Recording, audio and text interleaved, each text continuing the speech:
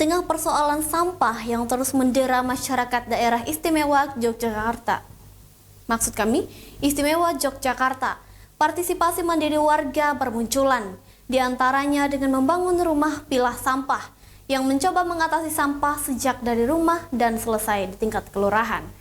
Tak jauh dari lokasi pembangunan jembatan tol Jogja-Bawen di wilayah Dusun Kadipiro, Kelurahan Margodadi, Sayegan, Sleman inilah lokasi rumah pilah sampah Taruna Bakti berdiri.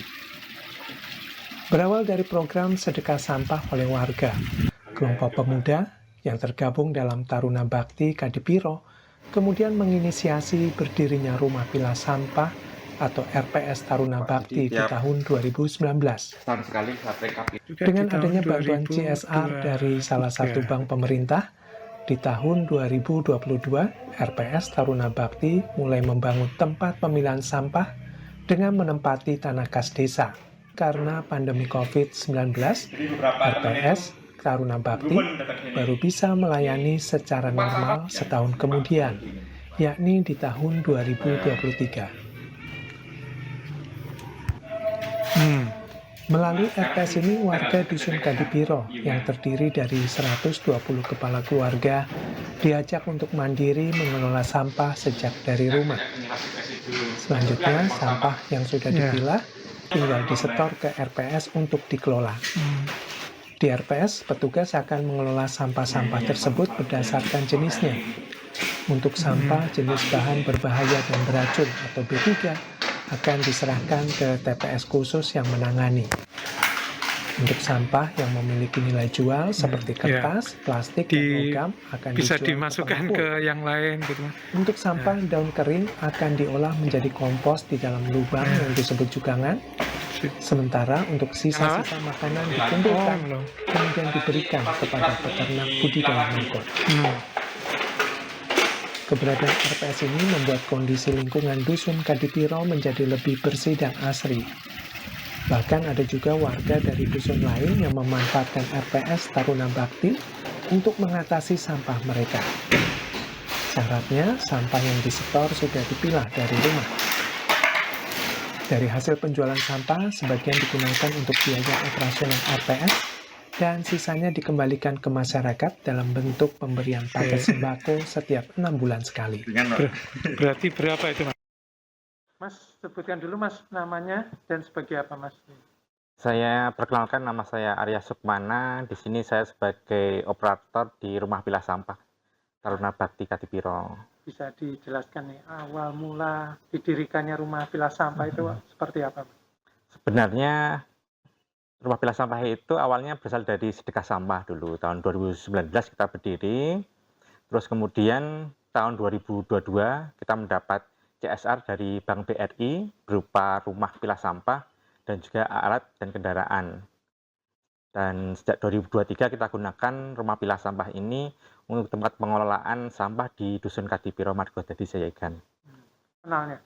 Jadi rumah pilah sampah ini tempat kita mengolah sampah, di mana sampah yang masuk di sini itu adalah sampah-sampah terpilah. Kemudian dari hasil pilahan sampah itu kita manfaatkan, seperti kita jual kembali, terus kita olah seperti untuk bahan bakar ya, bahan kalau RDF untuk yang plastik, yang residu gitu. Kalau yang high value itu kita jual kembali ke pengepul atau dari para pengusaha yang membutuhkan. Selama ini yang berjalan dari kami itu dari dusun Kadipiro, tapi kita sudah mulai merambah dari kelurahan juga, dari kelurahan Margodadi.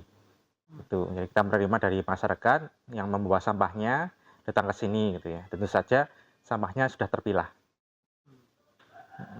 Berarti kira-kira pelanggannya sekarang berapa ratus kakak? Kalau di total yang di sini sama di luar ini, sekitar 120-an. Itu yang rutin. Iya, kakak.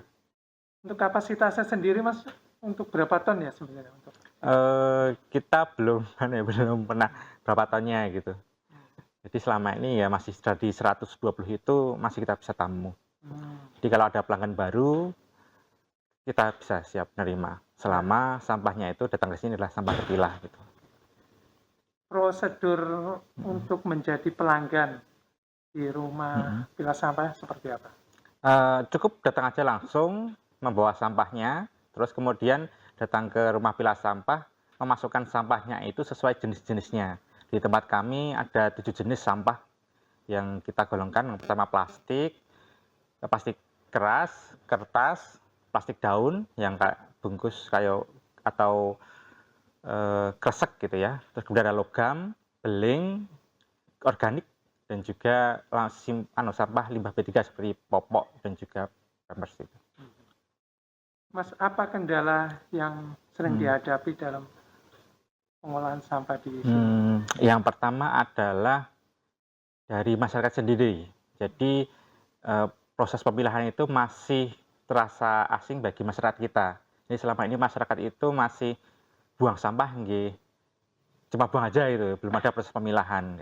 Jadi prosesnya itu adalah mengedukasi mereka yang butuh tenaga, gitu, butuh effort lebih. Gitu. Yang kedua adalah ada beberapa jenis sampah yang memang saat ini belum kita bisa terima, seperti kaca yang sudah pecah, gitu.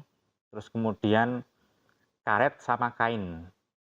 3 itu yang belum kita bisa terima karena selama ini belum ada pengepul atau tempat untuk pengolahan bahan tersebut. Untuk operasional bekerja sama dengan pihak mana saja, Mas? Ada beberapa pengepul yang ada di Jogja yang mengambil sampah kita. Gitu. Terus ada beberapa teman-teman dari komunitas Magot. Jadi yang kalau organik, yang sisa dapur itu kita tampung dalam ember, kemudian nanti kita berikan ke pemagot. Harapannya apa, Mas, dengan keberadaan ini dan masalah sampah di Yogyakarta? Harapannya adalah timbulnya kesadaran masyarakat untuk memilah sampah dari rumah. Itu yang pertama. Yang kedua adalah kemudian kita bisa menciptakan lingkungan kita bersih dan kita bisa bertanggung jawab terhadap sampah yang kita buang. Gitu. Mendorong partisipasi warga untuk mengatasi persoalan sampah selesai di tingkat kelurahan telah menjadi komitmen Dinas Lingkungan Hidup Kabupaten Sleman sejak wacana penutupan tempat pembuangan sampah. Mendorong partisipasi warga untuk mengatasi persoalan sampah selesai di tingkat kelurahan telah menjadi komitmen Dinas Lingkungan Hidup Kabupaten Sleman sejak wacana penutupan tempat pembuangan sampah terpadu Piungan tahun 2022 lalu. Namun menurut Arya, belum semua warga Sleman memiliki kesadaran pentingnya memilah sampah sejak dari rumah. Selain itu, teknologi untuk pengolahan sampah yang dimiliki RPS masih sederhana. Arya berharap ada bantuan peralatan untuk mengolah sampah-sampah yang selama ini belum tertangani dengan baik. Dari Sleman, Daerah Istimewa Yogyakarta, Mimpi Gunarto melaporkan.